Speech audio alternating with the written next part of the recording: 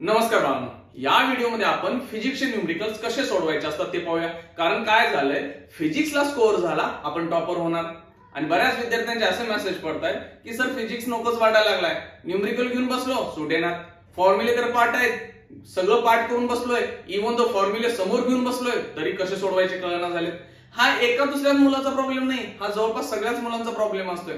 PCM घ्या, PCB घ्या, same प्रश्न आहे, सेम डाऊट आहे आणि त्याच्यावर काय सोल्युशन काढायचं कळेना झालंय। सो सिंपल एक छोटा व्हिडिओ बनवू की न्यूमरिकल सोडवायचे कसे असतात। मी तर माझ्या आयुष्यात हाच फॉर्म्युला लावून सोडवलेला आहे, तुम्हालाही बघा ह्या गोष्टी कळतात का, आणि हा एक परफेक्ट वे आहे न्यूमरिकल काढण्याचा।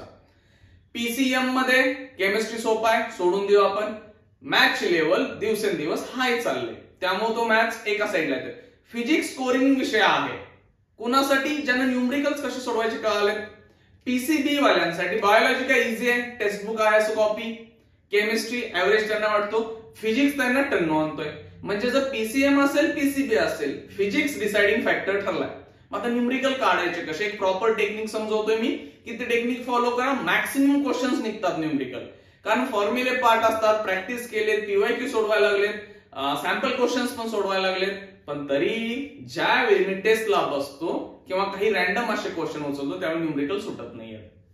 त्याच्या अडचणी सांगतो काय असतात की फॉर्म्युले तुम्ही पाठ केले, समजा रोटेशनल डायनामिक्स घेतलाय आणि रोटेशनल डायनामिक्सचे क्वेश्चन सोडवायला बसलाय आणि मग त्यातला एखादा पॉइंट केलेला असेल आणि त्याच्यावरचेच क्वेश्चन सोडवताय, म्हणजे तुम्हाला काय माहिती आहे, तो चॅप्टर माहिती आहे, त्याचा फॉर्म्युला माहिती आहे, त्याच्यावरचे क्वेश्चन सोडवायला लागलाय। म्हणजे आपला ब्रेन ऑटोमॅटिक ट्रेन आहे ना की याच पॉइंटवरचे न्यूमरिकल सोडवायचे आहेत, मग सगळं पटपट लक्षात येतं। पण ज्यावेळी टेस्टला येतो किंवा होल सिलेबसला येतो त्यावेळी त्या गोष्टी आपल्याला कळत नाहीयेत, मग त्याच्यामधून काय मार्क काढायचा आपण या व्हिडिओमध्ये पाहूया। ओके, चला सगळ्यांचा डाऊट न्यूमरिकल्स कसे काढायचे। ओके, फर्स्ट पॉइंट आपण काय कन्सिडर करतोय की पेपरला बसलो, न्यूमरिकल चालू फिजिक्स आहे, आल्या आल्या फाइंड द चॅप्टर। जो क्वेश्चन तुम्ही बघितलाय, समजा क्वेश्चन नंबर 1 आहे, एक क्वेश्चन आला की तो सोडवायचा कसा आहे ह्याच्यावरती आपण आता विचार करणार आहे। मी एखादा एक्झाम्पल घेतो आणि ते सोडवायचं कसं असतं ह्या सगळ्या स्टेप फॉलो करूया आणि मग आपण कंक्लुजनवर येऊया, ठीक आहे, कळेल। मग पहिला मी स्टेप सांगतो आणि एक एक्झाम्पल पण घेतो की कसं सोडवायचं असतं ते। फाइंड द चॅप्टर, क्वेश्चन बघितल्या तो कुठल्या चॅप्टर मधून आला हे पहिला विचार करायचा। कारण का फिजिक्स मध्ये 11 चे चॅप्टर्स, 12 चे चॅप्टर्स असे मिळून तुम्हाला ढीगभर चॅप्टर झालेत, 25-26 चॅप्टर झालेत। मग ते सगळे चॅप्टर्स तुमच्या डोक्यात ऍट अ टाइम असतात, पण आलेला क्वेश्चन कुठल्या चॅप्टर मधून आला हे पटकन पिक करायचं की क्वेश्चन पहिला बाबा कळाला आम्हाला काय, मॅग्नेटिझम मधून आला, ठीक आहे, मॅग्नेटिझम मधून आला। मग आम्हाला मॅग्नेटिझम मधनं कळालं की बाबा आता मला मॅग्नेटिझमचा क्वेश्चन आला, मी त्याच्या पुढे काय करायचं, दुसरी स्टेप काय फॉलो करा, त्याचा गिव्हन डेटा लिहा। आता म्हणणार सीईटीला एवढा वेळ कुठं आहे आमच्याकडे, आहेच 54 सेकंड दिलेत आणि आम्ही क्वेश्चन सॉल्व्ह करायचा। गिव्हन डेटा रफ पेपर आहे तिथं लिहा। रिझन काय, गिव्हन आता काही सगळं असेल गिव्हन, मग काय दिलाय, आर दिलाय का, मग व्हेलॉसिटी दिली का, कुठला पण क्वेश्चन असेल, चॅप्टर तर माहित झालाय, मग हे सगळं असं आपण बोर्डच्या पेपर्सना लिहित होतो। इथं सगळं असं गिव्हन वगैरे लिहायची गरज नाहीये, पण आर दिलाय, व्ही दिलाय, ह्यांचे सगळ्यात महत्वाचं युनिट काय दिले बघायचं असतं।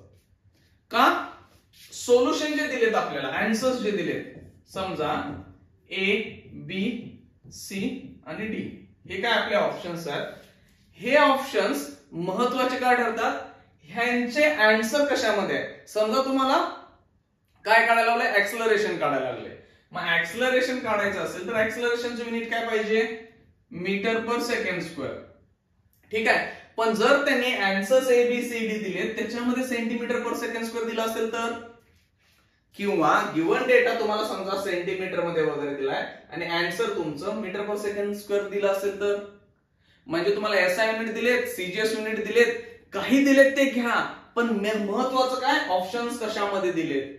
बऱ्याच वेळा काय होतं, आपण सगळं कन्वर्ट करतो एसआय युनिट मध्ये आणि आन्सर सीजीएस मध्ये असतं, परत आन्सर जाऊन कन्वर्ट करावं लागतं। मग त्यामुळे सिंपल थोडंसं राहण्यासाठी, वेळ वाचवण्यासाठी एकदा काय क्वेश्चन्स मधला गिव्हन डेटा लिहिलेले आन्सर्स कशामध्ये आहेत ते बघून घ्यायचे, ठीक आहे। त्याच्यानुसार तुम्ही सगळं कन्वर्ट करून घेतलं। पुढची स्टेप काय आपल्याकडे, रिक्वायर्ड आन्सर। म्हणजे आता मला चॅप्टर माहित झाला, गिव्हन डेटा काय काढायला लावलंय, मी म्हणलं त्याचं ऍक्सलरेशन काढायला लावलंय, मग असा जो चॅप्टर आहे तुमचा रोटेशनल डायनामिक्स आहे का, ठीक आहे, रोटेशनल डायनामिक्स मध्ये ऍक्सलरेशनचा रोटेशनल डायनामिक्स म्हणा, चांगल्या चॅप्टरचं नाव घे रे, एवढं घाणेरडा चॅप्टर आहे हो, टन्नू आणायला लागलाय बाळांनो. रोटेशनल डायनामिक्स म्हणजे रोटेशनल मोशन जर कळाला, समजायचा असा फील आलाय फिजिक्सचा, रोटेशनल डायनामिक्सचे क्वेश्चन सुटायला लागले ना, तुमचा फिजिक्स खूप चांगला झाला एवढं समजून घ्यायचं. कारण ज्या व्यक्तीला रोटेशनल डायनामिक्स कळतोय त्याची लेवलच हाय झालेली असते. कुठल्या पण व्यक्तीचं नॉलेज चेक करायचं असेल तर रोटेशनल डायनामिक्स चॅप्टर उचला, क्वेश्चन्स विचारा, लगेच कळेल की बाबा काय. कारण रोटेशनल मोशन इझी नाही आहे, रोटेशनल रोटेट होऊ देत नाही. मोमेंट ऑफ इनर्शिया पिक्चरचा हिरो आहे. त्या लिनियर मोशन मध्ये कोण मास हिरो असतो ना, जसा रोटेशनल मोशन गुईंग गुईंग गुईंग करत असते ना, त्यात मोमेंट ऑफ इनर्शिया हिरो आहे. मग ते सगळे चॅप्टर्स तिथं तुम्ही त्या पद्धतीने शिकलाच असाल. मग ऍक्सलरेशन काढायला लागतंय. मग ऍक्सलरेशन मला माहिती आहे, विचारलं ऍक्सलरेशन चॅप्टर कळालेला होता, गिव्हन डेटा लिहिलाय, काढायचं काय समजा ऍक्सलरेशन, पटकन सगळे ऍक्सलरेशनचे फॉर्म्युले तुमच्या डोळ्यासमोर येतात. की रोटेशनल चॅप्टर आहे, मगाशी म्हणलं मॅग्नेटिझम आहे, मग त्यातलं काय विचारलंय ना त्याचा फॉर्म्युला डोळ्यासमोर येणार. मग तो फॉर्म्युला पटकन लिहायचा आहे आणि मग फोर्थ स्टेपला आपण जाणार. फोर्थ स्टेप मध्ये फॉर्म्युला लिहिला, ठीक आहे, ऍक्सलरेशनचा जो काय फॉर्म्युला आहे तुम्ही तिथे लिहून टाका. मग सेंट्रिपेटल ऍक्सलरेशन मधनं येईल की रोलिंग मोशन मधलं ऍक्सलरेशन येईल की काय, आता तुमच्यावर डिपेंड आहे. गिव्हन डेटा काय चॅप्टर कळाला, गिव्हन डेटा माहिती आहे, काय काढायचं आहे हे शोधला, मग तो काय काढायचा ह्याच्यावरून काय लगेच लक्षात येणार, फॉर्म्युला लिहिला. मग फॉर्म्युला लिहिल्यानंतर राहिलं काय, सबस्टिट्यूशन. फोर्थ सॉल्व म्हणजे काय, गिव्हन डेटा फॉर्म्युल्यामध्ये पुट करा, गिव्हन डेटा सबस्टिट्यूट करायचा, ठीक आहे. म्हणणार की पेन वेगवेगळं बदलायला लागला, की पॉइंट आता चेंज झालाय. गिव्हन डेटा फॉर्म्युल्यामध्ये सबस्टिट्यूट केला आणि देन सॉल्व, म्हणजे फायनल आन्सर जे काय तुम्हाला समजा ऍक्सलरेशन पाहिजे ना, त्याचं युनिट जे पाहिजे होतं ते तुम्ही आन्सर्स मध्ये पाहिलेलंच आहे. ह्याच्याशिवाय पर्याय आहे का, नाही आहे. खूप सोपा. पहिला काय सांगितलं, चॅप्टर शोधायचा. आता फिजिक्स मध्ये आला, चॅप्टर शोधला, गिव्हन डेटा लिहिला. सेकंड, तिसरा काय काढायचं आहे का, जी गोष्ट तुम्हाला काढायला सांगितले त्याच्यावर लगेच फॉर्म्युला आठवणार. चौथ्या स्टेप मध्ये फॉर्म्युला लिहिला, पाचव्या स्टेप मध्ये सगळा डेटा सबस्टिट्यूट करायचा आणि सॉल्व्ह करायचं. 5 स्टेप फॉलो करा. कधीही फिजिक्सचा फॉर्म्युला माहिती असतोय, गिव्हन डेटा माहिती असून क्वेश्चन सुटत नाही असं होणार नाही. कारण आपल्याला काय कळतंय, वाचलेत फॉर्म्युले पाठ आहेत एका साईडला, क्वेश्चन दिलाय तो पण वाचलाय, गिव्हन डेटा काढायचा प्रयत्न केलाय तो पण केला, पण नेमका कुठला फॉर्म्युला कुठे वापरायचा आहे हे कळतच नाही. का कळत नाही, का आपण त्या पद्धतीनं विचार नाही केलेला. सो पुन्हा पटकन 1 मिनिट, ठीक आहे. फर्स्ट स्टेप्स मध्ये पहिली स्टेप काय, कुठला चॅप्टर आहे कळाला. दुसरा गिव्हन डेटा लिहिला. Third required answer. हा सगळ्यात थर्ड स्टेप महत्वाचा आहे की तुम्हाला काढायचं काय.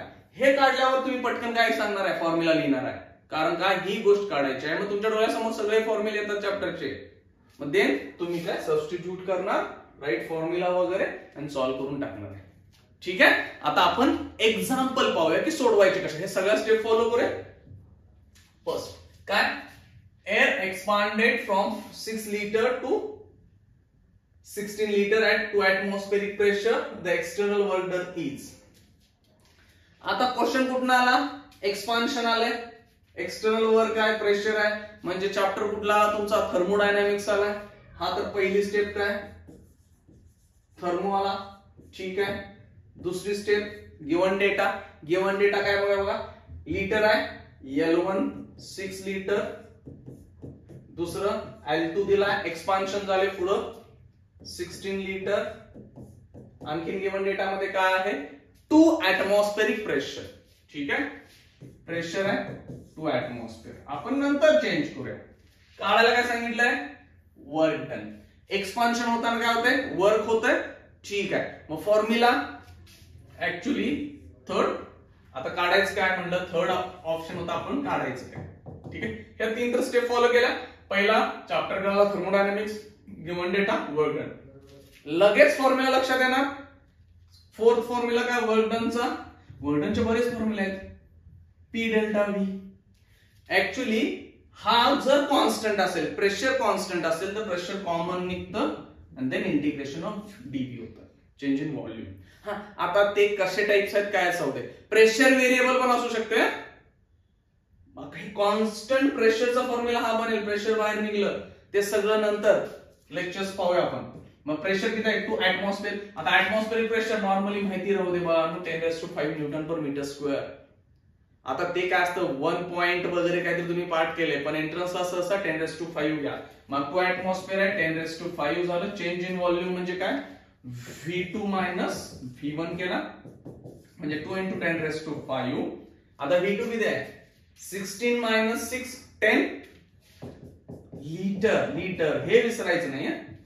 लिटर येत आहे कारण का लिटर मध्ये दिले तो लिटर. मी हे चेंज काय केलं 2 ऍटमॉस्फेअर. काय आन्सर येईल 2 × 10⁵ 16 मायनस 6 10 लिटर म्हणजे 10⁻³ मीटर क्यूब. कारण मला काय पाहिजे आन्सर्स जूल मध्ये आहेत.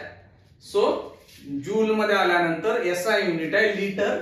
1 लिटर म्हणजे बाळा मस्त 10⁻³ मीटर क्यूब. हे लक्षात राहील.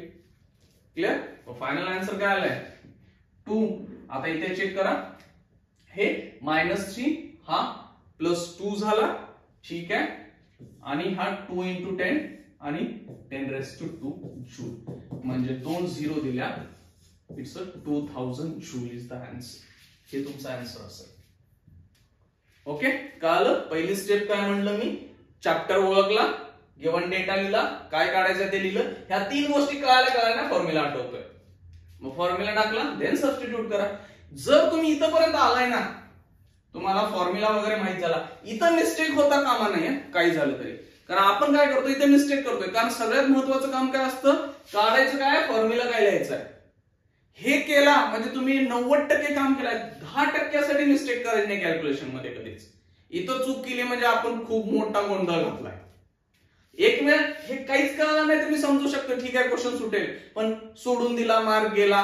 पण हे जर केलंय आणि इथं जर कॅल्क्युलेशनला मिस्टेक्स केल्या तर आपण मूर्खपणा केलाय. मार्क हातातला जाणार.